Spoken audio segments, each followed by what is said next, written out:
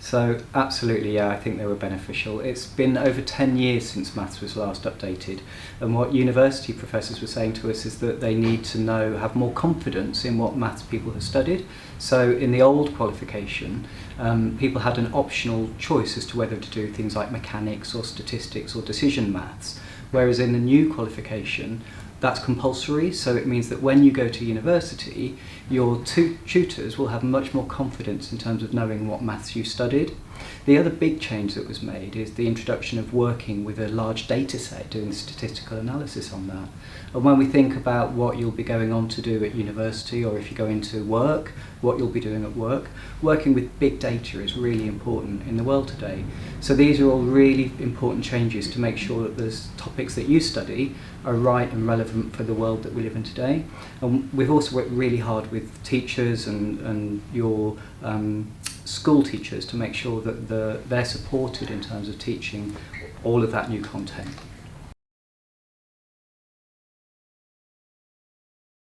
So we know that this is something that many students have raised and is a concern about how further maths and maths students have performed on the maths qualification. I think it's true to say that there have been a lot of changes to the A-level maths qualification. So there's some content that has been removed, so some topics that have been removed completely compared to the old specification.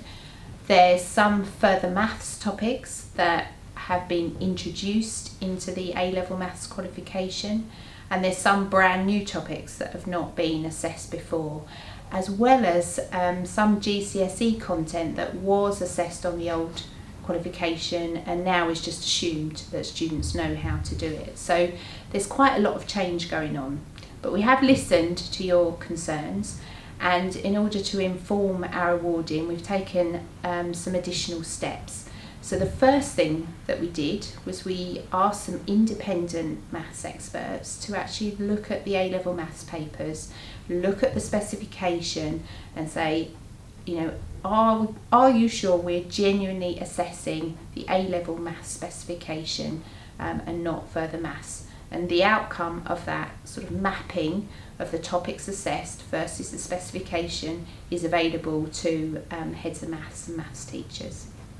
The second thing that we did was we did some additional analysis of how you all performed on the A-level maths paper. So if you were a further maths student, we looked at all your performance across every single question as a group, and then we looked at the students that have only taken A-level maths and how they performed across every single question, and then compared the two to see if were there any particular topics where the further maths students seem to be doing much better on the questions compared to those just taking maths. And what we found was what you would expect. So further maths students have performed on average better across all of the questions on the A-level maths exams, but there aren't particular topics or questions where there is evidence that there's been a real sort of unfair advantage for those further maths students. So our analysis that we've undertaken during the summer months suggests that there is no unfair advantage in the A-level maths exams for those students that took further maths. So we know that you'll be concerned about the breach to our A-level maths exam. And what's really important to remember that this was due to the actions of a really small number of dishonest people that set out to circumvent our rules.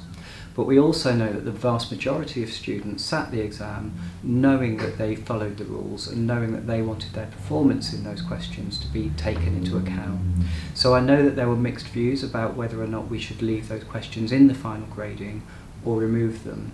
And it's really important that we acted on the basis of evidence and how students actually performed. So what did we do during the marking?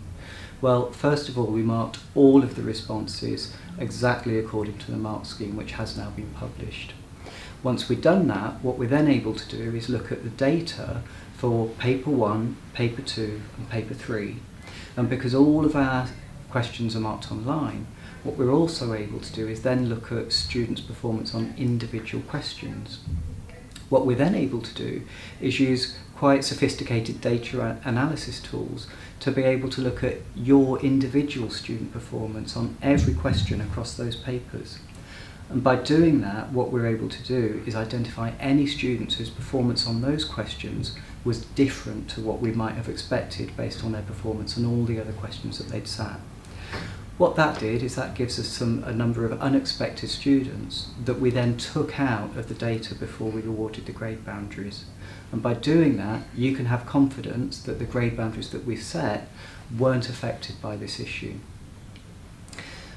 What we then did is all of those students who we were concerned about, we sent their work to examiners to actually look at how they performed and take that into account. And we're currently finishing off those investigations right now as I'm recording this video. Finally, what we did is we asked examiners to go back and have a look at all of the students' responses to those questions that were affected by this incident. And by doing that, we're able to confidently say we've identified anybody who did get an unfair advantage on those questions, we've excluded them from the data, and that you can have confidence that you've got the grade that accurately reflects your mathematical ability. Okay, so firstly I should say that we regret this breach very, very much, and there are lots of controls in place to make sure that exams are secure. So, for example, this year we've introduced some new controls where 2 people have to sign when every single packet of exam papers is open to say that they've witnessed that exam being opened. In Pearson, we've actually introduced some new technology where we've put microchips on question paper packets so that we're able to track when they've been delivered to schools and colleges. But it's a really big system. There's over 4,500 schools and colleges taking our exams, and there's over 60,000 students sitting our Maths A-level exams. So it relies on lots of people working together to make sure that this all works as it should. Unfortunately, in this incident, there were 2 dishonest people that did work to try to circumvent our controls. And we've taken action. Within a few hours of the exam, we were able to identify the source of that leak and take action against the individuals involved to make sure that all of the remaining exams were secured. So since then, as I've explained, we've gone through various processes to make sure that you can have confidence in the grades that you've been awarded, and we'll keep working to make sure that we keep security at the top of our minds.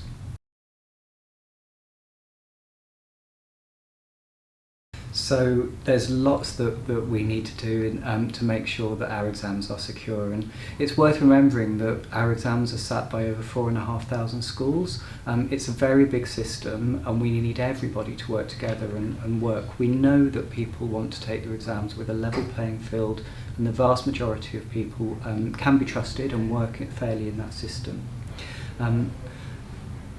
The thing that I would say is that we, last year, as part of the Joint Council for Qualifications, also known as the JCQ, we did commission a malpractice commission that's independent, that will actually be talking to lots of different stakeholders involved. So they'll be talking to teachers, schools, parents, they've worked with students as well as people like me that work for exam boards, to think about how the current system keeps up to date with the future.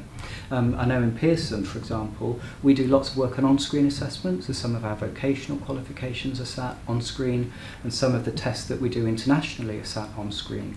So we think that's really important to have a conversation to have across the whole system about maybe how technology can help with the security of the exams. So these are the kinds of conversations that we think it's really important to start and to keep going.